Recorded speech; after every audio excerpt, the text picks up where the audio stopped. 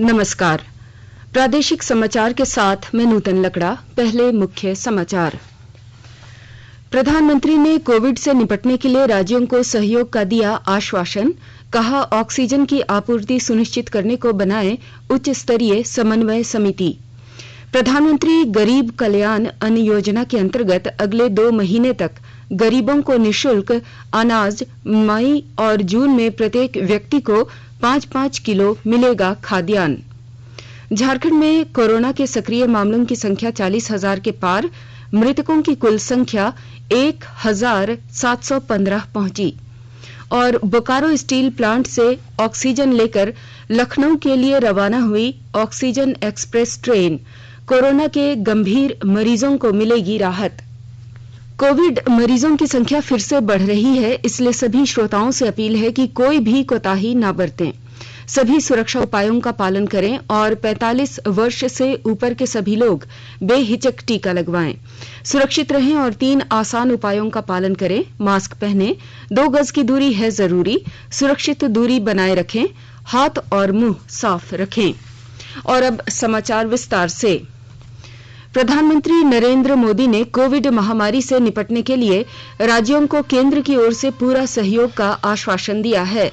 10 राज्यों और 1 केंद्र शासित प्रदेश के मुख्यमंत्रियों के साथ बैठक में कोविड की स्थिति का जायजा लेते हुए श्री मोदी ने इस बात पर जोर दिया कि सभी राज्य मिलकर एक राष्ट्र के रूप में कार्य करें तो देश में संसाधनों की कोई कमी नहीं होगी। प्रधानमंत्री ने यह भी कहा कि स्वास्थ्य मंत्रालय राज्यों के साथ संपर्क बनाए हुए है और स्थिति पर सतर्कतापूर्ण नजर रखते हुए समय समय पर राज्यों को आवश्यक परामर्श दे रहा है। इलाज के लिए ऑक्सीजन की आपूर्ति के मुद्दे पर श्री मोदी ने राज्यों द्वारा उठाई गई बातों पर चर्चा की। उन्होंने कहा कि ऑक्सीजन का उत्पादन और आपूर्ति बढ़ाने के लिए लगातार प्रयास किए जा रहे हैं। उन्होंने इस बात पर भी जोर दिया कि सरकार के सभी संबंधित विभाग और मंत्रालय स्थिति से निपटने के लिए एकजुट होकर काम कर रहे हैं और औद्योगिक कार्यों में इस्तेमाल होने वाली ऑक्सीजन को भी चिकित्सा संबंधी आवश्यकताओं को पूरा करने में लगाया जा रहा है। प्रधानमंत्री ने राज्यों से आग्रह किया कि वे ऑक्सीजन तथा दवाओं की जमाखोरी और कालाबाजारी रोकने के लिए कदम उठाएं। उन्होंने कहा कि प्रत्येक राज्य को ऑक्सीजन टैंकरों की निर्बाध आवाजाही सुनिश्चित करनी चाहिए और यह भी देखना चाहिए कि ऑक्सीजन टैंकरों को रास्ते में रोका न जाए। श्री मोदी ने राज्यों से कहा कि वे प्रदेश के विभिन्न अस्पतालों को ऑक्सीजन की आपूर्ति सुनिश्चित करने के लिए उच्च स्तरीय समन्वय समिति गठित करें। रांची के इटकी स्थित टीबी सैनिटेरियम में भी बहुत जल्द कोरोना संक्रमितों का इलाज शुरू होगा।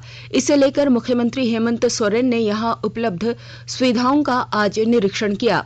मुख्यमंत्री ने कहा कि कोविड-19 की दूसरी लहर में मरीजों की संख्या बहुत तेजी से बढ़ रही है, लेकिन उस हिसाब से यहां के अस्पतालों में सुविधाएं कम पड़ रही हैं। खासकर ऑक्सीजन युक्त बेड, ऑक्सीजन सिलेंडर, वेंटिलेटर और आईसीयू की कमी सबसे ज्यादा देखी जा रही है। ऐसे में सरकार का पूरा प्रयास बेडों की संख्या बढ़ाने के साथ ऑक्सीजन आपूर्ति को सामान्य बनाए रखना है। इसी के मद्देनजर इटकी टीबी सैनिटेरियम में भी बेड और मानव बल बढ़ाने, ऑक्सीजन की उपलब्धता सुनिश्चित करने के साथ अन्य चिकित्सीय संसाधन उपलब्ध कराए जाएंगे ताकि कोविड-19 अस्पताल के तौर पर इसका इस्तेमाल किया जा सके। केंद्र सरकार की ओर से प्रधानमंत्री गरीब कल्याण अन्न योजना के अंतर्गत अगले 2 महीने तक गरीबों को निःशुल्क अनाज उपलब्ध कराया जाएगा। इस योजना के तहत इस वर्ष मई और जून में प्रतिमाह प्रत्येक व्यक्ति 5 किलो खाद्यान्न दिया जाएगा।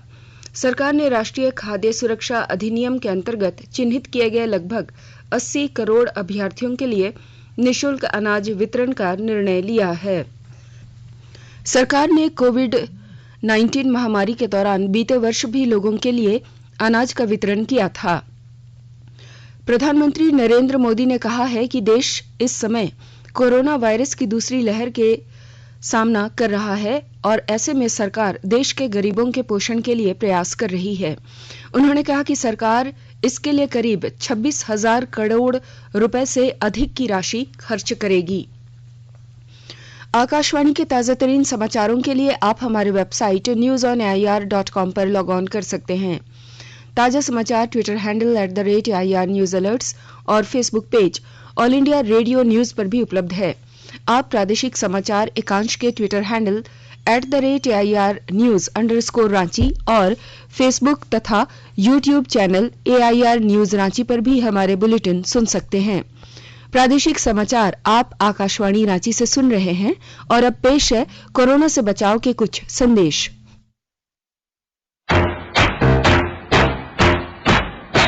चलो मिलकर एक शुरुआत करें, चलो एक फैसला आज करें, मास्क नहीं तो टोकेंगे, कोरोना को रोकेंगे, चलो एक वादा करते हैं, चलो एक वादा करते हैं, मास्क नहीं तो टोकेंगे, कोरोना को रोकेंगे।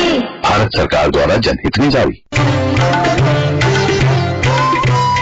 कोविड-19 से बचाव और सुरक्षित रहने के 3 उपाय। मास्क लगाएं, 2 गज दूरी है जरूरी, सुरक्षित दूरी रखें, हाथ और मुंह साफ रखें। राज्य में 7,595 नए कोरोना संक्रमित मिलने से सक्रिय मामलों की संख्या बढ़कर 40,942 हो गई है। कल 2,373 मरीज संक्रमण मुक्त हुए हैं, जबकि 106 मरीजों की मौत हो गई है। स्वास्थ्य विभाग के अनुसार कुल संक्रमितों की संख्या 1,84,951 हो गई है। अब तक प्रदेश में 1,42,294 मरीज स्वस्थ हुए हैं, जबकि कुल 1,715 मरीजों की मौत हुई है। राज्य की रिकवरी रेट 76.93% है। देश में अब तक 13,54,67,000 से अधिक कोविड टीके लगाए जा चुके हैं। स्वास्थ्य और परिवार कल्याण मंत्रालय के अधिकारी ने बताया कि पिछले 24 घंटों में 3,32,730 लोग कोरोना से संक्रमित हुए हैं। इसके साथ ही संक्रमित लोगों की कुल संख्या 1,62,63,695 हो गई है। कल 1,93,279 कोविड मरीज ठीक हुए हैं। बोकारो स्टील प्लांट से ऑक्सीजन लेकर देश की पहली ऑक्सीजन एक्सप्रेस उत्तर प्रदेश के लखनऊ के लिए आज दिन में रवाना हुई। कोरोना संक्रमित मरीजों को सांस लेने में दिक्कत होने पर उन्हें ऑक्सीजन की आवश्यकता पड़ती है। ऐसे में देश भर के अस्पतालों में ऑक्सीजन की कमी हो गई है। केंद्र सरकार के आदेश पर बोकारो स्टील प्लांट के द्वारा लिक्विड ऑक्सीजन की आपूर्ति की जा रही है। बोकारो स्टील प्लांट एवं भारतीय रेल के दक्षिण पूर्व रेलवे के समन्वय से आज लगभग 47 टन लिक्विड ऑक्सीजन से भरे 3 टैंकरों को लखनऊ के लिए रवाना किया गया। स्वास्थ्य मंत्रालय ने वयस्क कोविड मरीजों के उपचार के लिए संशोधित क्लिनिकल दिशा निर्देश जारी किए हैं। एम्स ICMR कोविड-19 राष्ट्रीय कार्यबल और मंत्रालय के अंतर्गत संयुक्त निगरानी समूह DGHS ने कहा है कि संक्रमण के लक्षण मिलने के 10 दिन के भीतर आपात स्थिति में रेमडेसिविर को केवल उन मरीजों को दिया जा सकता है जिन्हें मध्यम से गंभीर लक्षण हो और जिन्हें ऑक्सीजन की आवश्यकता हो। गुर्दे या लीवर के गंभीर बीमारी से जूझ रहे मरीजों को रेमडेसिविर नहीं दी जा सकती। जो मरीज ऑक्सीजन सपोर्ट पर नहीं है या जो घर में हैं, उन्हें रेमडेसिविर लेने की जरूरत नहीं है। नई दिल्ली के अखिल भारतीय आयुर्विज्ञान संस्थान एम्स के निदेशक डॉक्टर रणदीप गुलेरिया ने कहा है कि घर या अस्पताल में क्वारंटीन में रह रहे अधिकांश लोगों को किसी विशिष्ट उपचार की आवश्यकता नहीं पड़ती है, लेकिन उन्हें घबराहट होती है। उन्होंने कहा कि कोविड संक्रमण वाले केवल कुछ प्रतिशत लोगों को ही रेमडेसिविर इंजेक्शन की जरूरत पड़ती है। डॉक्टर गुलेरिया ने यह भी कहा कि रेमडेसिविर कोविड उपचार के लिए कोई चमत्कार करने वाली दवा नहीं है। डॉक्टर गुलेरिया ने कहा कि देश में ऑक्सीजन की आवश्यकता वाले मरीजों की संख्या और ऑक्सीजन की आपूर्ति में पर्याप्त संतुलन है। एम्स के निदेशक ने कहा कि 85% से अधिक लोग बिना किसी विशिष्ट उपचार के ठीक हो सकते हैं। डॉक्टर गुलेरिया ने कहा कि ज्यादातर लोगों में गले में खराश और जुकाम जैसे लक्षण होते हैं और यह लक्षण 5 से 7 दिन में उपचार से ठीक हो सकता है। गोड्डा जिला प्रशासन ने कोरोना से निपटने के लिए ऑक्सीजन सिलेंडर की कमी को पूरा करने और अन्य चिकित्सीय सामग्री उपलब्ध कराने की पूरी कोशिश कर रहा है। वहीं महागामा विधायक दीपक पांडे ने अपने क्षेत्र में 15 जंबो ऑक्सीजन के सिलेंडर उपलब्ध कराए हैं। मिशन हॉस्पिटल में श्रीमती पांडे ने डॉक्टर से जानकारी ली और ऑक्सीजन सिलेंडर, वेपोराइजर, स्टीम और अन्य इमरजेंसी उपकरण मुहैया कराए। इस मौके पर उन्होंने कहा कि मरीजों की समस्याओं के समाधान की कोशिश की जा रही है। यहाँ बकायदा मिशन हॉस्पिटल है, वहाँ मैं डॉक्टर मेरी के साथ हूँ। लगातार पेशेंट्स हम लोगों के अनुमंडल के हैं, वहाँ लोगों के आ रहे हैं और बहुत ही सेवा भाव से उनका ध्यान रखा जा रहा है। हॉस्पिटल को सपोर्ट करने के लिए हम लोगों ने ऑक्सीजन की भी व्यवस्था की है, साथ ही वेपोराइजर, स्टीम वेपोराइजर और ऑक्सीकैन जो फर्स्ट एड ऑक्सीजन है जो किसी इमरजेंसी पेशेंट के लिए यूज किया जा सकता है कुछ समय के लिए, वो भी यहाँ मुहैया कराया जा रहा है। और सिस्टर ने अन्य बातों को भी रखा है ताकि यहाँ पर हम लोग ज्यादा सुविधा दे सकें, की भी तैयारी कर रहे हैं। वहीं गोड्डा के civil surgeon doctor SP Mishra ने भी लोगों से वैक्सीनेशन कराने और बेवजह घर से बाहर नहीं निकलने की अपील की है। और भी ज्यादा सतर्क होने की आवश्यकता है और ये जो गाइडलाइन निकाला गया है कि हम परिवार के बीच में, चूंकि हम परिवार के बीच में रह रहे हैं तो बाहर का इन्फेक्शन हम अपने घर में नहीं लाएं या घर का इन्फेक्शन हम अपने घर को, परिवार को, समाज को बचाएं। इसके लिए ये गाइडलाइन का पालन करना सभी के लिए आवश्यक है। ये हमारी सुरक्षा के लिए है, न कि हम पर अंकुश लगाने के लिए। लोहरदगा के पूर्व सांसद प्रोफेसर दुखा भगत का आज रांची में निधन हो गया। उनके निधन की सूचना मिलते ही इलाके में शोक की लहर दौड़ गई। लोगों ने उनके निधन पर दुख व्यक्त किया है। इधर मुख्यमंत्री हेमंत सोरेन और जनजातीय मामलों के केंद्रीय मंत्री अर्जुन मुंडा ने भी उनके निधन पर शोक व्यक्त किया है। शिक्षाविद भगत अलग राज्य के लिए लगातार आंदोलनरत थे तथा अविभाज्य बिहार में झारखंड क्षेत्र में भाजपा के वनांचल प्रदेश अध्यक्ष बने। 1999 के लोकसभा चुनाव में वनांचल क्षेत्र से 14 में 12 सीट भाजपा की झोली में इनके नेतृत्व में पार्टी को मिला था। 1999 से 2004 तक लोहरदगा लोकसभा सीट का इन्होंने प्रतिनिधित्व किया। चाईबासा में आज सुबह स्वास्थ्य सुरक्षा सप्ताह का जायजा लेने निकले एसडीओ और एसडीपीओ की टीम ने अवैध रूप से बालू की तस्करी कर रहे 2 ट्रैक्टरों को जब्त किया। चाईबासा में ही जब्त दोनों ट्रैक्टरों को सदर थाना पुलिस को सौंप दिया गया। खूंटी पुलिस ने अफीम तस्करों के विरुद्ध अभियान चलाकर चतरा के अफीम तस्कर समेत 5 लोगों को गिरफ्तार किया है। पुलिस ने इनके पास से लगभग 1,81,000 नकद और 1 किलो से अधिक गीला अफीम, 4 मोबाइल और 2 मोटरसाइकिल बरामद की है। सरायकेला खरसावां जिले के आदित्यपुर अग्निशमन विभाग के एक आरक्षी की संदेहास्पद परिस्थिति में आज सुबह मौत हो गई।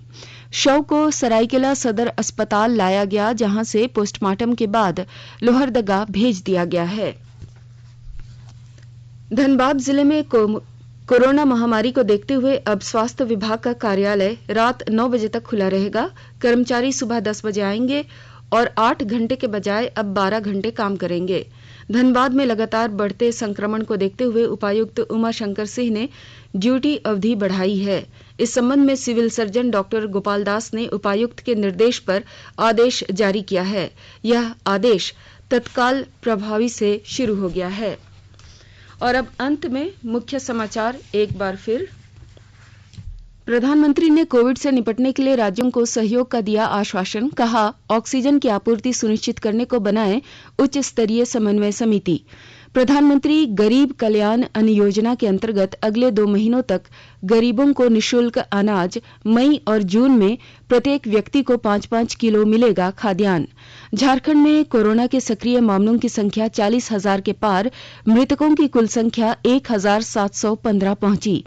और बोकारो स्टील प्लांट से ऑक्सीजन लेकर लखनऊ के लिए रवाना हुई ऑक्सीजन एक्सप्रेस ट्रेन, कोरोना के गंभीर मरीजों को मिलेगी राहत। इसके साथ ही आकाशवाणी रांची से प्रादेशिक समाचार का ये बुलेटिन समाप्त हुआ। नमस्कार। घर में रहिए, सुरक्षित रहिए और सुनते रहिए आकाशवाणी।